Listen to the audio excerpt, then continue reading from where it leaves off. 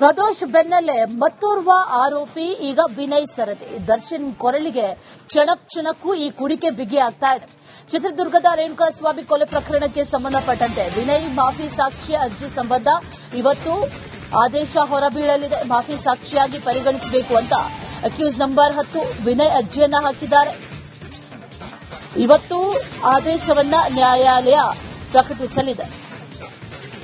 ದರ್ಶನ್ಗೆ ಮತ್ತೊಂದು ಶಾಕ್ ಕಾದಿದೆಯಾ ಅನ್ನೋ ಪ್ರಶ್ನೆ. ಪ್ರದೋಷ್ ಮಾಫಿ ಸಾಕ್ಷಿಯಾಗೋದಕ್ಕೆ ಕೋರ್ಟ್ ಈಗಾಗಲೇ ಗ್ರೀನ್ ಸಿಗ್ನಲ್ ಕೊಟ್ಟಿದ್ದಾಗಿದೆ. ಪ್ರಕರಣದ 14ನೇ ಆರೋಪಿ ಪ್ರದೋಷ್ ಮಾಫಿ ಸಾಕ್ಷಿಯಾಗಿ ಪರಿಗಣಿಸುವುದಕ್ಕೆ ಈಗಾಗಲೇ ನ್ಯಾಯಾಲಯ ಅನುಮತಿಯನ್ನ ಕೊಟ್ಟಿದೆ.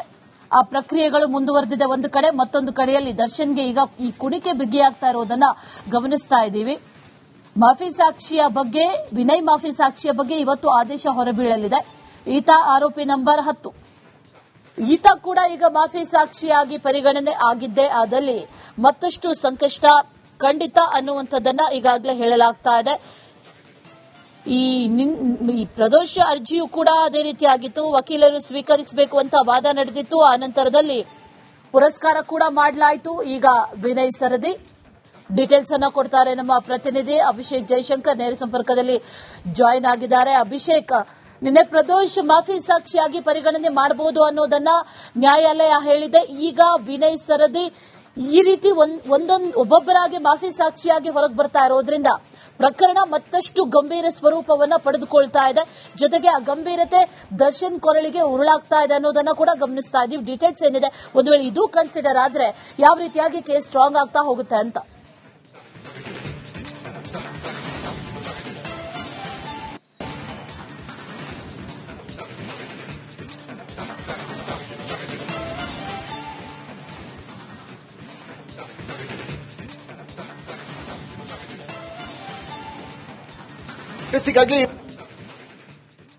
ಈಗಾಗಲೇ ಎಲ್ಲ ಸಿದ್ಧತೆಗಳನ್ನು ಕೂಡ ಮಾಡಿಕೊಂಡಿದೆ. ಅದಕ್ಕೆ ಈಗ ಸದ್ಯದ ಮಟ್ಟಿಗೆ ವಿನಯ್ ಏನಿದೆ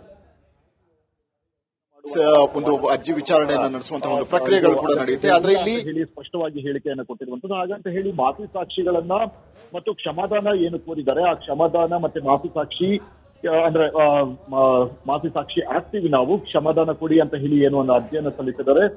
ಈ ಕ್ಷಮಾದಾನ ಅನ್ನುವಂಥದ್ದು ಟ್ರಯಲ್ ಸಂದರ್ಭದಲ್ಲಿ ಅಂದ್ರೆ ಫೈನಲ್ ಡಿಸಿಷನ್ ಏನಿದೆ ಆ ಸಂದರ್ಭದಲ್ಲಿ ಮಾಡುವಂತಹ ಒಂದು ಪ್ರಕ್ರಿಯೆಗಳು. ಈಗ ಅವರು ಮಾಫಿ ಸಾಕ್ಷಿ ಆಗಿದ್ದಾರೆ ಅಂತ ಹೇಳಿದ ಕೂಡಲೇ ಅವರ ವಿರುದ್ಧ ನಡೆಯುವಂತಹ ಒಂದು ಟ್ರಯಲ್ಗಳಾಗಿರಬಹುದು ಮತ್ತೆ ಅವರ ವಿಚಾರಣೆಗಳಾಗಿರಬಹುದು, ಅದ್ಯಾವುದು ಕೂಡ ಸುಮ್ಮನೆ ಇದು ಮಾಡೋದಕ್ಕೆ ಸಾಧ್ಯ ಅಲ್ಲ. ಎಂದಿನಂತೆ ಯಾವ ರೀತಿ ಟ್ರಯಲ್ ನಡೆಯುತ್ತೆ ಅದೇ ರೀತಿ ಟ್ರಯಲ್ ಮುಂದುವರಿಯುತ್ತೆ. ಅವರು ನಿಜವಾಗಿಯೂ ನಿಜ ಹೇಳ್ತಾ ಇದ್ದಾರೋ ಅಥವಾ ಸುಳ್ಳು ಹೇಳ್ತಾ ಇದ್ದಾರೆ ಅನ್ನುವಂತಹ ಒಂದು ವಿಚಾರಣೆಗಳು ಕೂಡ ಮುಂದಿನ ಹಂತದ ಟ್ರಯಲ್ ನಲ್ಲಿ ನಡೆಯಬೇಕಾಗಿದೆ. ಈ ಟ್ರಯಲ್ಗೂ ಮತ್ತೆ ಈ ಒಂದು ಕ್ಷಮಾದಾನ ಅರ್ಜಿಗೆ ಮತ್ತೆ ಮಾಫಿ ಸಾಕ್ಷಿ ಅರ್ಜಿಗೆ ಯಾವುದೇ ರೀತಿಯಾದಂತಹ ಸಂಬಂಧ ಇರೋದಿಲ್ಲ. ಮಾಫಿ ಸಾಕ್ಷಿಯಾದಂತಹ ವ್ಯಕ್ತಿಗಳು ಏನು ಸ್ಟೇಟ್ಮೆಂಟ್ ಗಳನ್ನ ಕೊಡ್ತಾರೆ ಅನ್ನೋದ್ರ ಮೇಲೆ ಮತ್ತು ಅದನ್ನ ವೆರಿಫಿಕೇಶನ್ ಮಾಡುವಂತಹ ಒಂದು ಕೆಲಸಗಳನ್ನ ಮುಂದಿನ ಹಂತದಲ್ಲಿ ನ್ಯಾಯಾಲಯ ಮಾಡಲಿದೆ ಅಂತಾನೆ ಹೇಳ್ಬೋದು. ಈಗ ಸದ್ಯ ಇಂದಿನ ದಿನ ವಿನಯ್ ಒಂದು ಮಾಫಿ ಸಾಕ್ಷಿಯ ಪರಿಗಣನೆಗೆ ತೆಗೆದುಕೊಳ್ಳುವಂತಹ ಒಂದು ಪ್ರಕ್ರಿಯೆಗಳು ಮುಂದಿನ ಹಂತದಲ್ಲಿ ನಡೆಯಲಿದೆ ಅಂತಾನೆ ಹೇಳ್ಬೋದು. ಸಹಜವಾಗಿಯೇ ಪಬ್ಲಿಕ್ ಪ್ರಾಸಿಕ್ಯೂಟರ್ ಏನಿದ್ದಾರೆ ಅವರು ಈ ಮಾಫಿ ಸಾಕ್ಷಿಗಳನ್ನ ಅಂಗೀಕರಿಸುವಂತೆ ಒಂದು ವಾದ ಮಾಡುವಂತಹ ಸಾಧ್ಯತೆಗಳು ಕೂಡ ಇದೆ. ಯಾಕಂದ್ರೆ ನಿನ್ನೆ ಕೂಡ ಪ್ರದೋಷ್ ಏನಿದ್ದಾರೆ ಅವರ ಮಾಫಿ ಸಾಕ್ಷಿಯನ್ನ ಮಾನ್ಯ ಮಾಡಿ ಅಂತ ಹೇಳಿ ಕೋರ್ಟಿಗೆ ಒಂದು ಮನವಿಯನ್ನು ಕೂಡ ಮಾಡಿದ್ರು. ಇಂದು ಕೂಡ ಅದೇ ರೀತಿಯಾದಂತಹ ಮನವಿಯನ್ನ ಮಾಡ್ತಾರೆ. ಇದೆಲ್ಲವೂ ಕೂಡ ಏನು ಪೊಲೀಸರಿಗೆ ಒಂದು ಸ್ಟ್ರಾಂಗ್ ಆಗುವಂಥದ್ದು ಅಂದ್ರೆ ಅವರ ತನಿಖೆ ಮತ್ತೆ ಅವರ ಚಾರ್ಜ್ ಶೀಟ್ ಸ್ಟ್ರಾಂಗ್ ಆಗುವಂತಹ ಒಂದು ಪ್ರಕ್ರಿಯೆ ಆಗಿರುವಂತಹ ಕಾರಣದಿಂದಾಗಿ ಅದನ್ನ ಪಬ್ಲಿಕ್ ಪ್ರಾಸಿಕ್ಯೂಟರ್ ವಿರೋಧವನ್ನ ಮಾಡೋದಿಲ್ಲ. ಹೀಗಾಗಿ ತನಿಖೆಯ ಜಾಡು ಸರಿಯಾಗಿಯೇ ಇದೆ. ಅಂದ್ರೆ ಪಬ್ಲಿಕ್ ಪ್ರಾಸಿಕ್ಯೂಟರ್ ಅವರ ವ್ಯೂ ಪಾಯಿಂಟ್ ನಲ್ಲಿ ಏನೇನಾಗಬೇಕು ಅದೆಲ್ಲವೂ ಕೂಡ ನಡೀತಾ ಇದೆ. ಅಂದ್ರೆ ನಾವು ಏನ್ ತನಿಖೆಯನ್ನ ಮಾಡಿದ್ದೀವಿ ಅದೆಲ್ಲವೂ ಸತ್ಯ ಅನ್ನೋದಕ್ಕೆ ಈ ಮಾಫಿ ಸಾಕ್ಷಿಗಳು ಒಂದು ಭಾಗವಾಗಿರ್ತಾರೆ. ಹೀಗಾಗಿ ಈ ಮಾಫಿ ಸಾಕ್ಷಿಗಳನ್ನ ಕನ್ಸಿಡರ್ ಮಾಡಿ ಅಂತ ಹೇಳಿ ಒಂದು ವಾದವನ್ನ ಮಾಡುವಂತಹ ಸಾಧ್ಯತೆಗಳು ಕೂಡ ಇದೆ.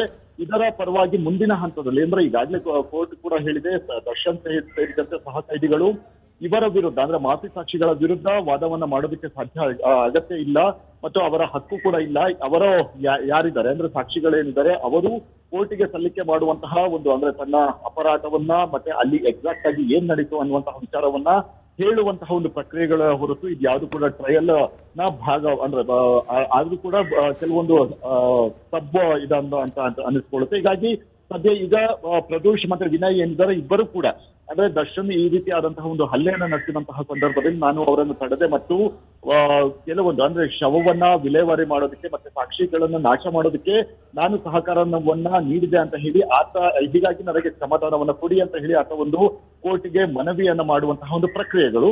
ಈಗ ವಿನಯ್ ಯಾವ ರೀತಿ ಅಂದ್ರೆ ಚಾರ್ಜ್ ಶೀಟ್ ನಲ್ಲಿ ಇದ್ದಂತಹ ಆತನ ಪಾತ್ರದ ಬಗ್ಗೆ ಅದನ್ನ ಒಪ್ಪಿಕೊಳ್ತಾನ ಅಥವಾ ಯಾವ ರೀತಿ ಆತ ಒಂದು ಹೇಳಿಕೆಗಳನ್ನ ಕೊಡ್ತಾನೆ ಅನ್ನುವಂಥದ್ದು ಮುಂದಿನ ಹಂತದಲ್ಲಿ ಕಾದು ನೋಡ್ಬೇಕಾಗಿದೆ. Ashwini. Right Abhishek, thank you ಡೀಟೇಲ್ಸ್ಗೆ.